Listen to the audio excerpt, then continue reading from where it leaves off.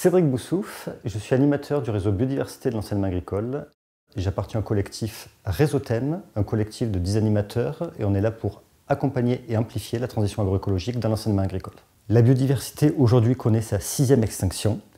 Les causes de cette extinction sont nombreuses, on en compte 5 principales, avec en tête le réchauffement climatique et le changement d'affectation des terres dû à l'usage humain, principalement agriculture, urbanisation. Afin de qualifier, quantifier les causes et les effets de cette extinction, il est important de qualifier les espèces.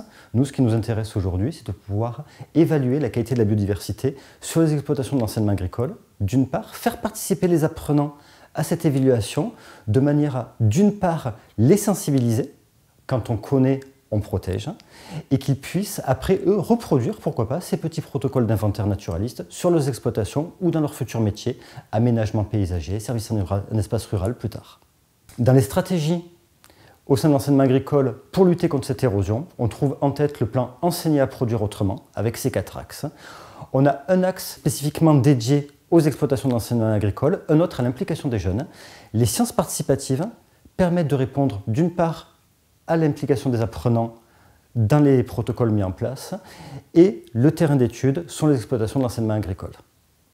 Marine Gérardin, je travaille au Muséum national d'histoire naturelle, au laboratoire CESCO, Centre d'écologie et des sciences de la conservation, et je suis rattachée à l'équipe Viginature, qui est une plateforme qui propose différents programmes de sciences participatives. Mes missions sont de développer les sciences participatives dans l'enseignement agricole, et je co-anime notamment un programme de sciences participatives sur les coléoptères coprophages avec le CEF, le Centre d'écologie fonctionnelle et évolutive de Montpellier, en lien avec l'enseignement agricole. Pour mesurer les changements du vivant, les forces académiques ne sont pas assez puissantes, c'est pour ça qu'on fait appel à des citoyens volontaires pour faire des suivis de biodiversité à large échelle et sur du long terme. Pour réaliser ces suivis, les citoyens volontaires réalisent des protocoles standardisés. Ce sont des observations répétées dans le temps qui sont faites de la même manière, au même moment, au même endroit. Ces données seront donc comparables entre elles et du coup analysables par les chercheurs.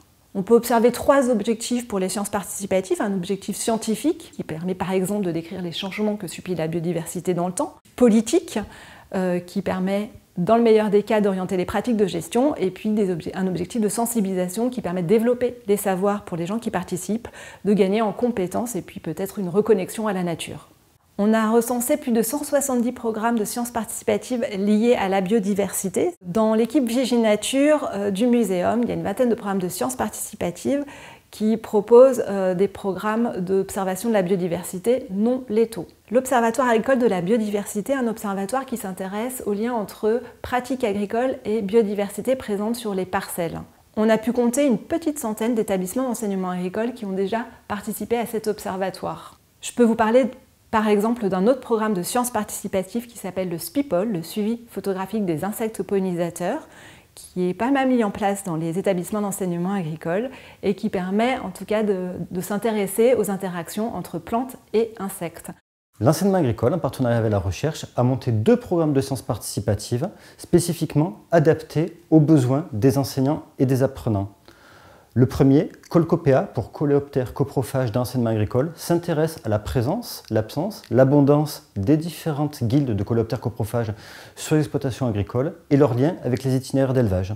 Le second, Phytabeilles, s'intéresse aux abeilles sauvages et à leur lien avec les itinéraires de culture dans les exploitations d'enseignement agricole.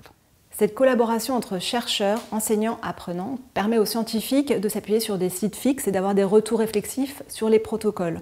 Et de la même manière, c'est très intéressant pour les enseignants et les apprenants d'avoir ce lien avec les chercheurs pour mieux comprendre la démarche scientifique notamment. On a pu observer également des plus-values dans les apprentissages. C'est intéressant pour les élèves de contribuer à ce type de programme parce que ça développe leur esprit citoyen et ils développent leur connaissance sur la biodiversité à partir du moment où on nomme quelque chose que nous ne connaissons pas, on peut mieux la protéger.